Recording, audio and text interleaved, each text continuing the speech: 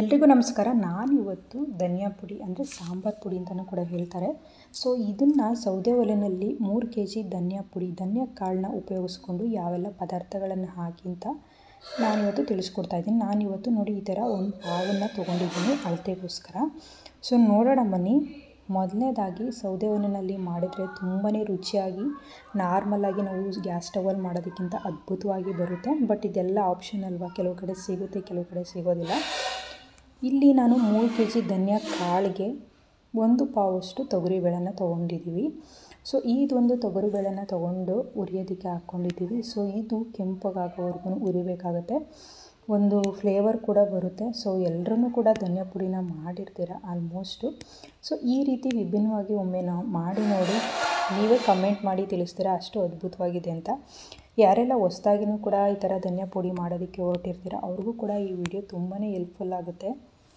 ಹಾಗೆ ವಿಡಿಯೋನ ಕೊನೆ ತನಕ ನೋಡಿ, ವಿಡಿಯೋ ಅಷ್ಟೇ ಲೈಕ್ ಮಾಡಿ, ಸಬ್ಸ್ಕ್ರೈಬ್ ಮಾಡಿ. ಹಾಗೆ ಯಾರಿಗೆಲ್ಲ ಈ ಒಂದು ಇಂಗ್ರೀಡಿಯೆಂಟ್ ಅಂದರೆ ಈ ಒಂದು ಪೌಡರ್ ಬೇಕು ಅಂಥವ್ರಿಗೆ ಕೂಡ ಈ ಒಂದು ವಿಡಿಯೋನ ಶೇರ್ ಮಾಡಿ. ಇಲ್ಲಿ ತೊಗರಿ ಕಾಳನ್ನ ಚೆನ್ನಾಗಿ ಉಟ್ಕೊತಾ ಇದ್ದೀವಿ. ಉರಿಬೇಕಾದ್ರೂ ಅಷ್ಟೇ ತುಂಬ ಲೋ ಫ್ಲೇಮಲ್ಲಿ ಉರಿಬೇಕಾಗುತ್ತೆ. ಮತ್ತು ಈ ಒಂದು ಧನಿಯಾ ಪುಡಿನ ನಾವು ಒಲೆನಲ್ಲಿ ಮಾಡ್ದೇನೆ ನಾರ್ಮಲಾಗಿ ಗ್ಯಾಸ್ ಸ್ಟವಲ್ಲಿ ಮಾಡ್ತಿರಲ್ಲ ಅಲ್ಲಿ ಕೂಡ ಮಾಡಿ ತುಂಬಾ ರುಚಿಯಾಗಿ ಬರುತ್ತೆ. ನೆಕ್ಸ್ಟ್ ಇದಾದ ನಂತರ ನಾನಿಲ್ಲಿ ಅಕ್ಕಿನ ತೊಗೊಂಡಿದ್ದೀನಿ. ಇದು ಅಷ್ಟೇ ಧನಿಯಾ ಪುಡಿಗೆ ತುಂಬ ರುಚಿ ಕೊಡ್ತಾ ಹೋಗುತ್ತೆ. ಇಲ್ಲಿ 1.5 ಕಪ್ಪಷ್ಟು ನಾನು ಅಕ್ಕಿನ ತೊಗೊಂಡಿದ್ದೀನಿ. ಸೊ ನೀವು ಯಾವ ಅಕ್ಕಿನ ಬೇಕಾದ್ರೂ ತೊಗೋಬೋದು. ನಾರ್ಮಲಾಗಿ ನೀವು ಯೂಸ್ ಮಾಡ್ತಿರೋ ಹಾಗೆ ಅದೇ ಥರ ಅಕ್ಕಿನ ಕೂಡ ನೀವು ತೊಗೋಬೋದು. ಇದನ್ನು ಅಷ್ಟೇ ಕಂದು ಬಣ್ಣ ಬರೋವರೆಗೆ ಒಂದು ಏನು ಫ್ಲೇಮ್ ಬರುತ್ತಲ್ಲ ಅಲ್ಲಿ ತನಕ ನೀವು ಚೆನ್ನಾಗಿ ಹುರ್ಕೋಬೇಕಾಗುತ್ತೆ. ಲೋ ಫ್ಲೇಮಲ್ಲಿ ಇದನ್ನು ಉರಿರಿ, ತುಂಬ ಚೆನ್ನಾಗಿರುತ್ತೆ. ಧನಿಯಾ ಪುಡಿಗೆ ತುಂಬಾ ರುಚಿ ಕೊಡ್ತಾ ಹೋಗುತ್ತೆ. ಮತ್ತು ಸಾಂಬಾರು ಕೂಡ ತುಂಬ ತಿಕ್ನೆಸ್ ಆಗಿ ಬರುತ್ತೆ, ಅಷ್ಟೇ ಟೇಸ್ಟ್ ಕೂಡ ಕೊಡುತ್ತೆ. ಇದೆಲ್ಲದನ್ನು ಹುರಿದು ಹೀಗೆ ಒಂದು ಪಾತ್ರೆಗೆ ಹಾಕ್ಕೊಳ್ಳಿ ಮತ್ತು ಬಿಸಿನ ಆರಿಸ್ತಿರ್ಬೇಕಾಗುತ್ತೆ. ಇದಾದ ನಂತರ ಕಡಲೆಕಾಳನ್ನ ತೊಗೊಂಡಿದ್ದೀವಿ. ಇಲ್ಲಿ ಕಡಲೆಕಾಳನ್ನ 2 ಪಾವು ತೊಗೊಂಡಿರೋದು. ಕೆಲವರು ಕಡಲೆಬೇಳೆನ ಯೂಸ್ ಮಾಡ್ತಾರೆ, ಬಟ್ ನಾವಿಲ್ಲಿ ಕಡಲೆಬೇಳೆನ ಯೂಸ್ ಮಾಡ್ತಾಯಿಲ್ಲ, ಕಡಲೆಕಾಳನ್ನೇ ತೊಗೊಂಡಿರೋದು. ಇದು ಅಷ್ಟೇ ಸಾಂಬಾರಿಗೆ ತುಂಬಾ ರುಚಿ ಕೊಡೋವಂಥ ಒಂದು ಇಂಗ್ರೀಡಿಯೆಂಟ್ ಅಂತಲೇ ಹೇಳ್ಬೋದು. ಇದಾದ ನಂತರ ಜೀರಿಗೆನ ತೊಗೊಂಡಿದ್ದೀವಿ. 1 ಪಾವಷ್ಟು ಜೀರಿಗೆನ ತೊಗೊಂಡು ಇದನ್ನು ಅಷ್ಟೇ ಲೋ ಫ್ಲೇಮಲ್ಲಿ ಚೆನ್ನಾಗಿ ಹುರ್ಕೋಬೇಕಾಗುತ್ತೆ. ಯಾವುದೇ ಪದಾರ್ಥನೂ ಅಷ್ಟೇ ಸೀಯಿಸಬಾರ್ದು, ಅಲ್ಲೇ ರುಚಿ ಹೊರಟೋಗುತ್ತೆ. ಸೀದೇ ಇರೋ ಥರ ನಾವು ನೋಡಿಕೊಂಡು ಹುರ್ಕೋಬೇಕಾಗುತ್ತೆ. ಇದಾದ ನಂತರ ನಾನಿಲ್ಲಿ ಒಂದು 80 ಗ್ರಾಮಷ್ಟು ಗಸಗಸೆ ತೊಗೊಂಡಿದ್ದೀವಿ. ಹಾಗೆ ಒಂದು 50 ಗ್ರಾಮಷ್ಟು ಎಳ್ಳನ್ನು ತೊಗೊಂಡಿದ್ದೀವಿ, ಬಿಳಿ ಎಳ್ಳನ್ನು. ಇದು ಪಾತ್ರೆ ಬಿಸಿ ಇತ್ತಲ್ಲ, ಸೊ ಅದಕ್ಕೋಸ್ಕರ ಬೇಗ ಸೀದೋಗುತ್ತೆ ಅಂತ ಅದೇ ಒಂದು ಬಿಸಿನಲ್ಲಿ ಹುರ್ಕೋಬೋದು ಅಂತ ನಾವಿಲ್ಲಿ ಹುರಿತಾ ಇರೋದು. ಎಳ್ಳು ಯೂಸ್ ಮಾಡೋದು ನೀವು ಆಪ್ಷನಲ್ಲು. ನೆಕ್ಸ್ಟ್ ಇದಾದ ನಂತರ ಹೆಸ್ರು ಕಾಳನ್ನ ತೊಗೊಂಡಿದ್ದೀವಿ. 1 ಪಾವಷ್ಟು ಹೆಸ್ರು ಕಾಳು, ನಾನು ತೋರಿಸಿದ್ನಲ್ಲ 1 ಪಾವು, ಅದೇ ಒಂದು ಮೆಷರ್ಮೆಂಟ್ಗೆ 3 kg ಧನಿಯಾ ಕಾಳಿಗೆ 1 ಪಾವಷ್ಟು ಹೆಸ್ರು ಕಾಳು. ಇದನ್ನು ಅಷ್ಟೇ ಕಂದು ಬಣ್ಣ ಬರೋವರೆಗೂ ತುಂಬ ಚೆನ್ನಾಗಿ ನೀಟಾಗಿ ಹುರ್ಕೋಬೇಕಾಗುತ್ತೆ. ಇದಾದ ನಂತರ ಇಲ್ಲೂ ಅಷ್ಟೇ ನೆಕ್ಸ್ಟು ಮೆಂತ್ಯನ ಸೇರಿಸ್ತಾ ಇದ್ದೀವಿ. ಮೆಂತ್ಯನ ನೀವು ಸುಮಾರು ಒಂದು 80 ಗ್ರಾಮ್ ತೊಗೊಂಡ್ರೆ ಸಾಕಾಗುತ್ತೆ. ಇಲ್ಲಿ ಜಾಸ್ತಿ ಹಾಕಿದ್ರೆ ಕಹಿ ಆಗಿಬಿಡುತ್ತೆ. ಮೆಂತ್ಯ ಆದ ನಂತರ ಈಗ ಧನಿಯಾ ಕಾಳು ಇರುತ್ತಲ್ಲ ಅದನ್ನು ಹುರ್ಕೊತಾ ಇದ್ದೀವಿ. ಇದು ಧನಿಯಾ ಕಾಳನ್ನು ಅಷ್ಟೇ ಲೋ ಫ್ಲೇಮಲ್ಲಿ ಹುರ್ಕೊತಾ ಇರೋದು. ಈ ಒಂದು ಧನಿಯಾ ಕಾಳನ್ನ ಬಿಸಿಲು ತುಂಬ ಇರುತ್ತಲ್ಲ ಆ ಒಂದು ಬಿಸಿಲಲ್ಲಿ ಒಣಗಿಸಿದೆ, ಹಾಗಾಗಿ ಜಾಸ್ತಿ ಹೊತ್ತೇನು ಹುರಿಯೋದು ಬೇಕಾಗಿಲ್ಲ. ಚಕ್ಕೆನ ತೊಗೊಂಡಿದ್ದೀವಿ. ಇಲ್ಲೊಂದು 50 ಗ್ರಾಮಷ್ಟು ಚಕ್ಕೆನ ತೊಗೊಂಡಿದ್ದೀನಿ. ಮತ್ತು ಒಂದು 100 ಗ್ರಾಮಷ್ಟು ಇಲ್ಲಿ ಅರಿಶಿಣದ ಕೊಂಬನ್ನ ತೊಗೊಂಡಿದ್ದೀನಿ. ಇದನ್ನು ಅಷ್ಟೇ ಬಿಸಿಲಲ್ಲಿ ಚೆನ್ನಾಗಿ ಒಣಗಿಸಿದೆ. ಒಣಗಿಸ್ಕೊಂಡ್ರೆ ಯಾವುದೇ ಥರ ಹುಳ ಆಗೋದಿಲ್ಲ, ತುಂಬಾ ಚೆನ್ನಾಗಿರುತ್ತೆ. ಇದಾದ ನಂತರ ಮಿಲ್ಲಿ ಕೊಡಬೇಕಂದ್ರೆ ಹಾಗೆ ಕೊಡೋದಕ್ಕಾಗೋದಿಲ್ಲಲ್ಲ, ಹಾಗಾಗಿ ಈ ಥರ ಜಜ್ಕೊತಾ ಇರೋದು ಸುಮಾರಾಗಿ. ಇದನ್ನೇನು ಹುರಿಯೋದು ಬೇಕಾಗಿಲ್ಲ. ಇದಾದ ನಂತರ ಸೊ ಇಷ್ಟು ಒಂದು ಕಾಳನ್ನೆಲ್ಲ ಹುರ್ಕೊಂಡು ಆದಮೇಲೆ ಇಷ್ಟು ಲವಂಗನ ತೊಗೊತಾ ಇರೋದು. ಇಲ್ಲಿ ಲವಂಗ ಜಾಸ್ತಿ ಹಾಕಿಬಿಟ್ರೆ ಖಾರ ಖಾರ ಆಗುತ್ತೆ ಮತ್ತು ಒಂಥರ ಮಸಾಲೆ ಅನಿಸುತ್ತೆ ಅಂತ ಇಷ್ಟು ಲವಂಗನ ತೊಗೊತಿರೋದು. ಇದು ಮತ್ತು ಏಲಕ್ಕಿನೂ ಅಷ್ಟೇ ಇಷ್ಟು ಪ್ರಮಾಣದಲ್ಲಿ ತೊಗೊಂಡಿರೋದು.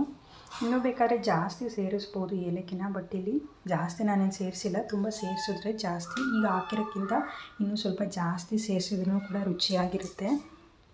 ಇದಾದ ನಂತರ ಸ್ವಲ್ಪ ಇಷ್ಟು ಮೆಣಸನ್ನು ಸೇರಿಸ್ತಾ ಇರೋದು.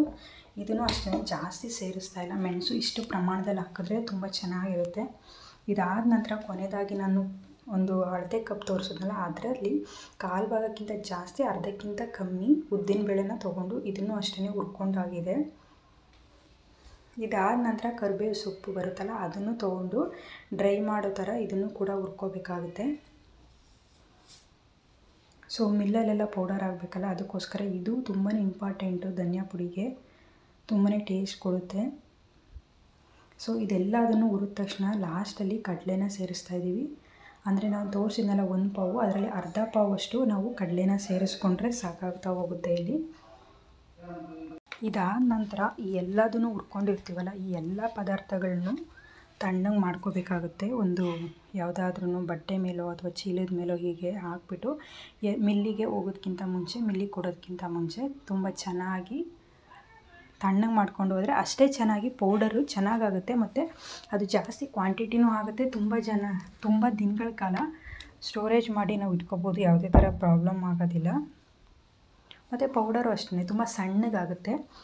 ಈ ರೀತಿ ನಾವು ಮಿಲ್ಲಿಗೆ ಹೋಗೋದಕ್ಕಿಂತ ಮುಂಚೆ ತುಂಬ ಚೆನ್ನಾಗಿ ಆರಿಸ್ಕೋಬೇಕಾಗುತ್ತೆ. ಸೊ ಒಮ್ಮೆ ಟ್ರೈ ಮಾಡಿ ನೋಡಿ, ತುಂಬಾ ಚೆನ್ನಾಗಿ ಬರುತ್ತೆ. ಹೊಸ್ದಾಗಿ ಸಾಂಬಾರು ಮಾಡ್ತಿದ್ದೀರಾ, ಚೆನ್ನಾಗಿ ಬರೋದೇ ಇಲ್ಲ ಅಂತ ಹೇಳೋರು ಈ ರೀತಿ ಮಾಡಿ ನೋಡಿ, ತುಂಬಾ ಚೆನ್ನಾಗಿ ಬರುತ್ತೆ ಸಾಂಬಾರು. ನೀವೇ ಕಮೆಂಟ್ ಮಾಡಿ ತಿಳಿಸ್ತೀರಾ. 100ಗೆ 100% ರಿಸಲ್ಟ್ ಇದು. ಹೊಸ್ದಾಗಿ ಮಾಡ್ತಿರೋರ್ಗಂತೂ ತುಂಬಾ ಹೆಲ್ಪ್ಫುಲ್ ಆಗುತ್ತೆ.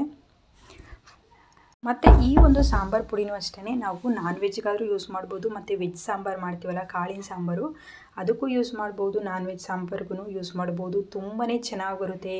ಯಾವುದೇ ಥರದ್ದು ಪಲಾವ್ ಆಗಿರ್ಬೋದು, ಯಾವುದೇ ಥರ ಕರಿಗಳು ಮಾಡ್ಬೋದು, ಎಲ್ಲದಕ್ಕೂ ಅಷ್ಟೇ ಈ ಒಂದು ಪೌಡರ್ ಯೂಸ್ ಮಾಡೋದ್ರಿಂದ ತುಂಬಾ ಟೇಸ್ಟಿಯಾಗಿರುತ್ತೆ.